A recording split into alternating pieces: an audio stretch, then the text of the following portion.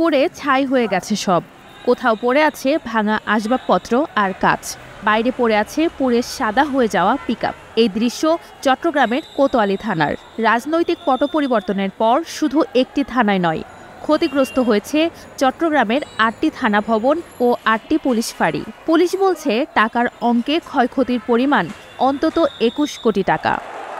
বিভিন্ন থানা থেকে ৫০০ অস্ত্র ও ১২,০০০-এর বেশি গুলি লুট হয়েছে বলে ধারণা করছে পুলিশ। তবে ১৭ আগস্ট ৩৫টি অস্ত্র ও ২৭৫ রাউন্ড গুলি উদ্ধার করেছে র্যাব। বাকি অস্ত্রগুলো উদ্ধার না হওয়ায় ছিনতাই, খুনসহ বিভিন্ন অপরাধমূলক কাজে সেসব ব্যবহার হওয়ার আশঙ্কা রয়েছে। পুলিশ সূত্র জানিয়েছে, নগরের পাহাড়তলী থানায় অবকাঠামোগত ক্ষয়ক্ষতি নির্ধারণ করা হয়েছে ১,৬০,০০,০০০ টাকা। এছাড়া ইপিজেড থানায় ৭০ লাখ, পতেঙ্গায় ৮০ লাখ, হালিশহরে ১.৫ কোটি, ডবলমুরিংয়ে ১,২০,০০,০০০, চান্দগাঁওয়ে ১,২০,০০,০০০, বন্দরে ১.৫ কোটি, সদরঘাটে ৮০ লাখ ও আকবর শাহ থানায় ৭০ লাখ টাকার ক্ষতি হয়েছে।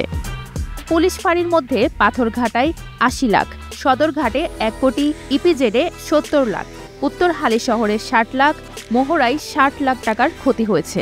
এর বাইরে দামপাড়া পুলিশ লাইন্সে ৬০ লাখ টাকার ক্ষতি হয়েছে। সবচেয়ে বেশি ক্ষতিগ্রস্ত হয়েছে পতেঙ্গা ও ইপিজেড থানা।